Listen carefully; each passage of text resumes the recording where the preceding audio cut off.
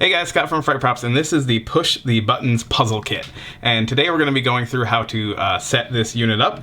When you order the kit, you'll get the controller as well as up to 6 push buttons. So you get this stuff, you take it out of the box and you wonder, how do I put it all together? So that's what this video is going to show you. We're going to go through step by step how to wire everything together and then how to program the controller to create your puzzle. In order to get this all wired up together, you're going to need a couple of things. So obviously you'll need the controller and the push buttons. You'll also need a screwdriver. I recommend having a nice pair of wire strippers. And you'll need some of these small spade connectors for the push buttons. Let's take a look at one of the buttons itself. These are the buttons that will come with the kit. They are 12-volt buttons, and they actually are illuminated so that there's an LED inside which will make this light up when we wire it to the controller. You can see the bottom of the button has these 5 metal connectors, and that's what these spade connectors go onto. And that's why it's nice to have these, because otherwise these can be kind of a pain to wire to. For mounting, you can actually remove the bottom half, this white connector part here. Just pop it out so that you can actually mount this portion of the button. It has a threaded plastic ring, so you can insert through your surface, a box or a wall or whatever, and then screw it back into place, and then come back around the other side and just snap the white part back in to the button. Okay, so let's start wiring our buttons to our escape keeper. The first thing I do whenever wiring any trigger to the escape keeper is I run my jumper wire. I run a jumper wire from the negative of the power terminal over to the C, the common of the inputs. And these are divided into 2 blocks, so you see C and then 1 through 4, and C and then 5 through 8. So if you're going to be using more than 4 buttons, you'll need an additional wire to jump to this common terminal as well. But we're just going to use 4 buttons for this setup. The wire that we'll be using is called 22-2. The 22 refers to the gauge of the wire, that's the thickness, and the 2 refers to how many actual threads of wire are in this shielded housing. So let's take a look at that. So this is just how the wire comes on the spool. We'll take our stripper and we'll strip away the outer shielding. And you'll see 2 wires within. So that's the 2. Each one of these is 22 gauge. They're color-coded red and black so that you can kind of keep track of which one is positive and which is negative. We'll be using kind of random colors throughout as we hook this up, since a lot of times it doesn't matter which is positive and which is negative for the wiring we're doing today. So in order to install my jumper wire, I have a pre-cut small length of that 22 gauge low voltage wire, and we're just going to go from the negative of the power over to the first C terminal of the inputs here.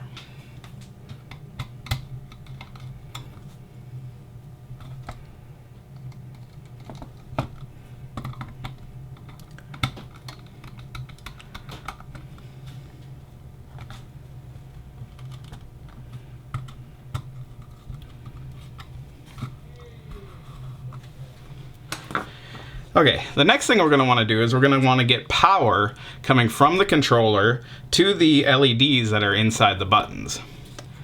So when you look at these buttons, you see that there are these 5 different connectors on the bottom here. The ones on the left and the right are to power the LED inside the button. Left is negative, right is positive. So we're just going to go ahead and start connecting our power wires to the buttons and then to the escape keeper.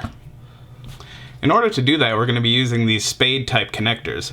So you see here I've stripped a small amount off the end of one of these wires.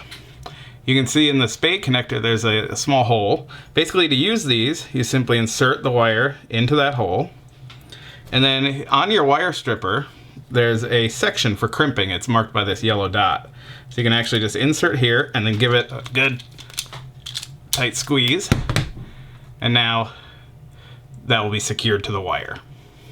I have a few sets of wires that I've already prepared with the spade connectors crimped on. So what we're going to do is just go ahead and connect these to our power terminals on our buttons. And they just slide right on and click into place. So for each of our buttons, we're going to connect a negative and a positive wire for power.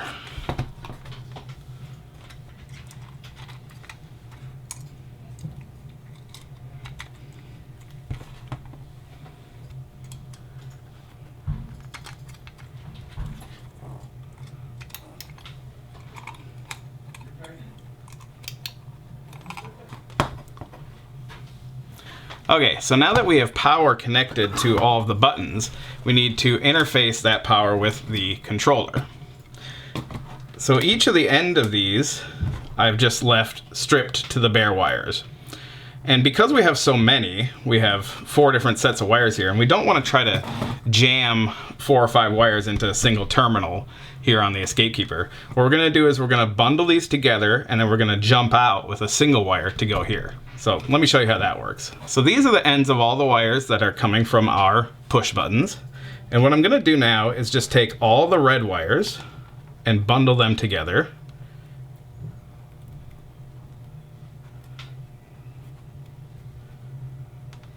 Get them all lined up and then twist together. And then I'm going to do the same for all the black wires.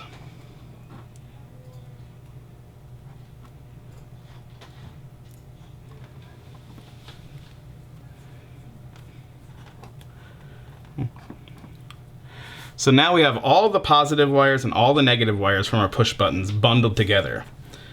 What we can do next is take a short length of this 22-2 wire, take one end, and bundle this in with those existing bundles. So we take our positive, bundle that in, and our negative, and do the same. To secure these, I'm just going to use some wire nuts. So you just place these on and then tighten them down. And we'll do the same for the negative bundle here.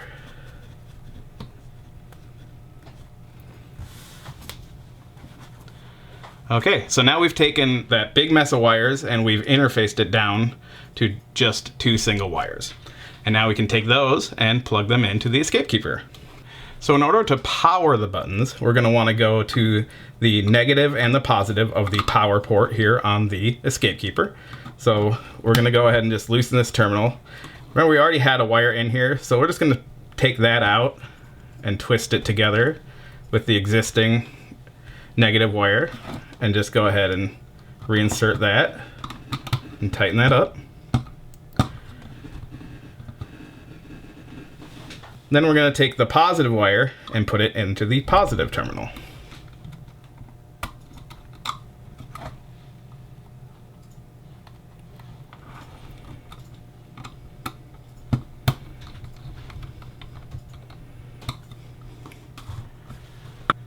At this point, we can go ahead and plug in power to the Escape Keeper just to see that we're getting power through to our LEDs on the buttons.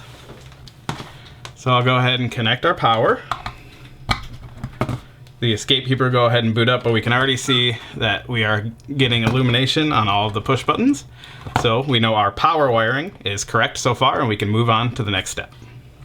So our next step is going to be to connect the buttons to the Escape Keeper's input so that when the button is pressed, the Escape Keeper reads that as an input on the controller.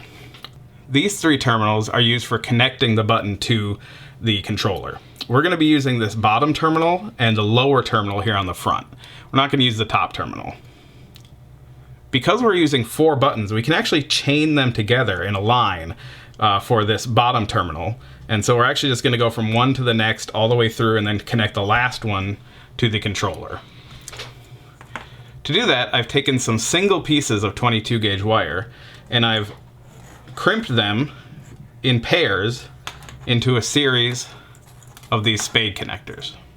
So we end up with this long line that sort of starts with one spade connector and ends with a raw wire. And we're just going to go down our line of buttons and plug these in and then connect this final wire to the Escape Keeper itself. So we're going to connect this wire to the lower of the 2 prongs on the front of the connector here. So we'll just start with the blue here,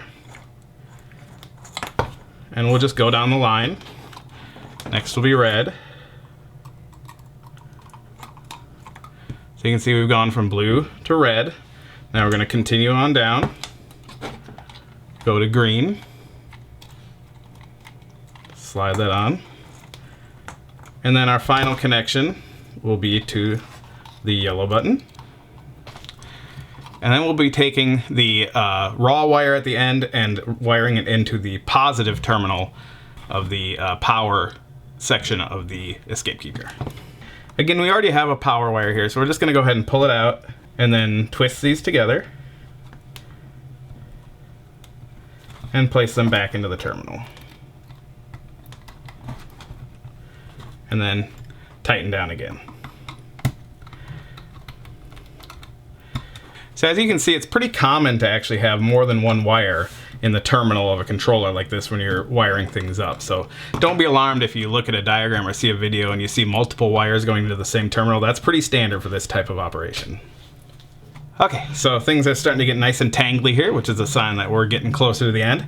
But you can see we have the power wires already wired. We have one of our terminals linked in a chain that then connects to the escape keeper. Now all we need to do is connect each button to one of the different inputs. So we're going to want to go 1, 2, 3, and 4 and wire them into the inputs here. In order to do that, I've just taken one of the spade connectors and connected it to a single piece of 22 gauge wire with a small section of stripped wire at the other end. Now what I'm going to do is I'm going to take the button that we want to be button number 1. I'm going to connect this wire to the bottom terminal, the one that's on the underside of the button. Just snap it on. Make sure it's in there firmly. And then I'm going to take this bare wire and connect it to one of the input terminals here. So whichever input terminal you want to be activated when this button is pressed is the terminal you want to hook this wire into. So we're going to have blue be number 1.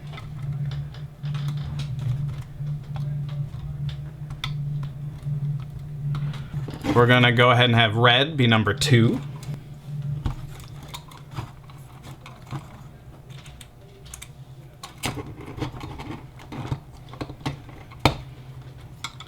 So that will just get wired into the second terminal of our first input block here.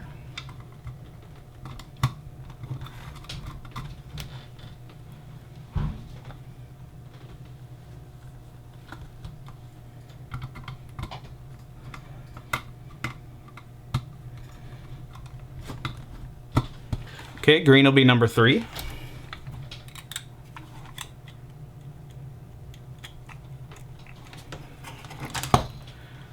So this will just get wired into the third terminal here.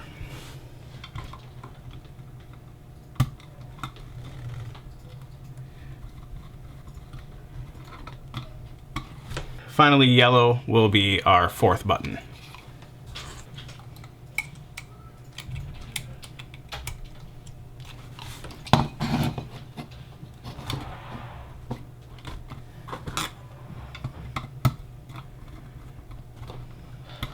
Okay, so we've powered up our escape keeper, and so far so good. You see that the LEDs are illuminated on each of the push buttons.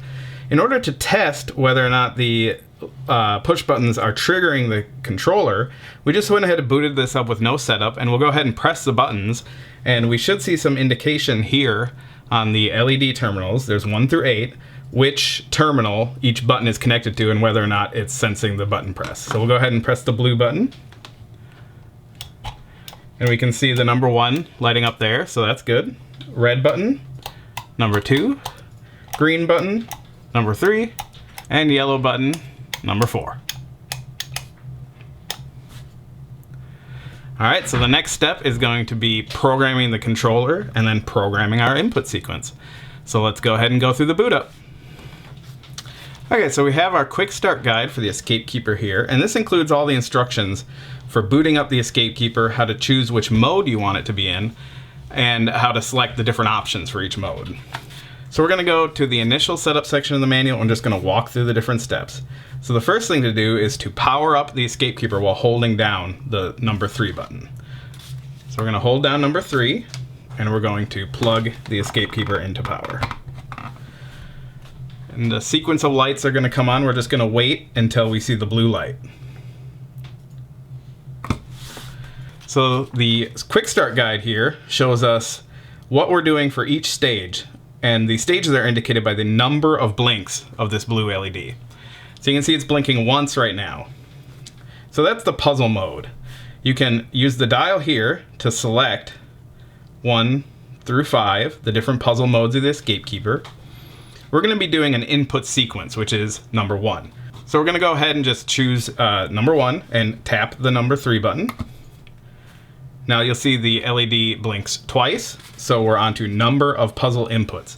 We had 4 buttons, so we're going to want to go ahead and dial in 1, 2, 3, 4, and tap 3 again. The output mode you choose based on what you want the function of this output number 1 to be. Most commonly, that's going to be for a magnetic lock, and that's what we're going to wire up here once we're all ready to go.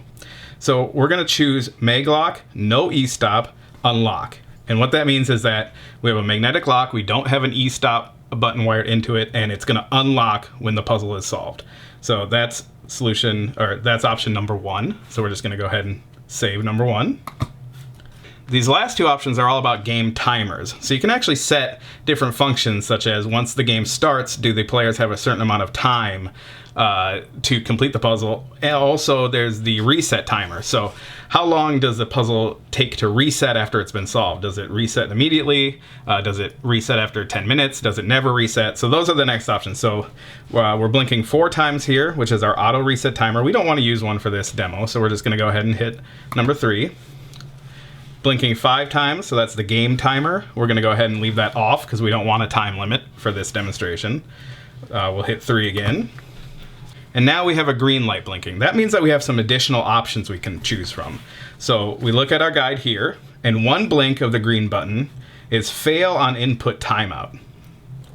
What that means is that if they take, for instance, too long between hitting buttons, you can have the puzzle fail.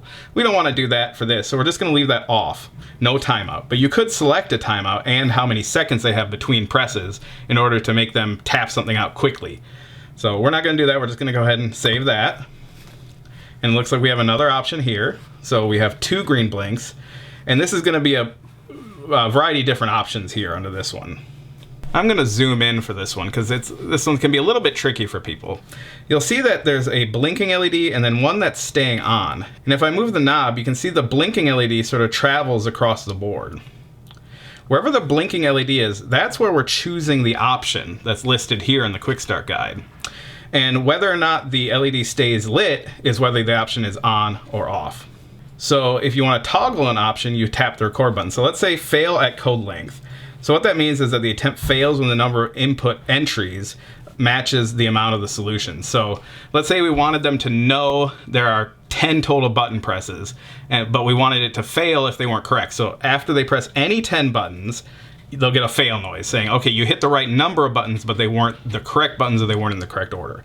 So if we wanted that, we would tap record, and you'll see it stays on more steadily, and if we move off of that, it stays on. We don't want to do that. We're just going to go ahead and turn that off. The next option is fail on bad input. So do you want the puzzle to fail if they make a mistake in the solving of the puzzle? We're going to go ahead and not do that either for this one. So I'm going to hit record to toggle that off. You can see now that that button is off. Allow simultaneous inputs is our option number 3. And we're going to go ahead and turn that on.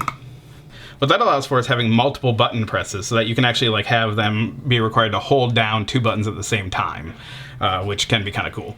And so we'll go to the last option here, option 4, which is the RFID chatter filter. We're going to leave that off. Sometimes if you're using RFID triggers, like you're doing a find the objects puzzle, they can have a chatter. They can rapidly trigger themselves, and that just instructs the escape keeper to ignore that chatter. So we don't need that for this. So those are all of our 4 special option settings. So we're going to go ahead and just hit the number 3 button to save that. And we're done. All right, so we have our escape keeper wired up to our push buttons. We have our escape keeper in the correct mode and ready to program. Now all we need to do is input the solution to our puzzle. So to do that, we just hit record, then we tap out our solution, hit record again. Now that has saved that as the solution to this puzzle. So when we start our game by hitting the 3 button here to get into play mode, all we have to do is enter our solution, and we win. During our setup, you'll remember we chose to have output 1 unlock a mag lock. So let's go ahead and wire a magnetic lock into the output so that we can actually see something happen when we solve our puzzle. So I have a standard magnetic lock here. These locks will come with 2 wires. a positive, and a negative. And because these are solid state outputs, meaning that they actually send voltage out, all you have to do is wire this directly into the output. Negative to negative, positive to positive. Okay, so we have our magnetic lock wired in. We can go ahead and power up the escape keeper again. Just plug it in. We'll let it go through its boot sequence. We can go ahead and place the plate on the magnetic lock. You'll notice it doesn't engage right away. That's because we're not actually in game mode yet. We need to hit the number 3 in order to be playing the game. So we hit number 3. Game has started. You can hear that click down. So now the lock is engaged. We can go ahead and enter a new solution to our puzzle. So we'll go ahead and stop playing. Hit record. Enter a solution. Maybe we want to have a multi-press. And then hit record. Start our game again. Lock is secured, and we enter the code. All right, game has succeeded, and the lock has unlocked. Of course, you can have a lot of other things happen during a game like that. You can have different sounds playing during the button presses, so different sounds for each button press. You can have a success sound and a failure sound. And you also have 2 other outputs that you can use to create an animation once the puzzle has succeeded or failed. So it can open a lock and then also control 2 different things, maybe lights or another prop in the room.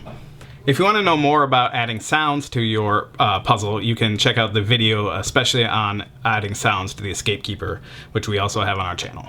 Alright, well that is a step-by-step guide of hooking up the 4 push buttons to the escape keeper in our Push the Buttons puzzle kit. If you have any questions, you can leave a comment on this video or send us an email at sales@frightprops.com. Thanks!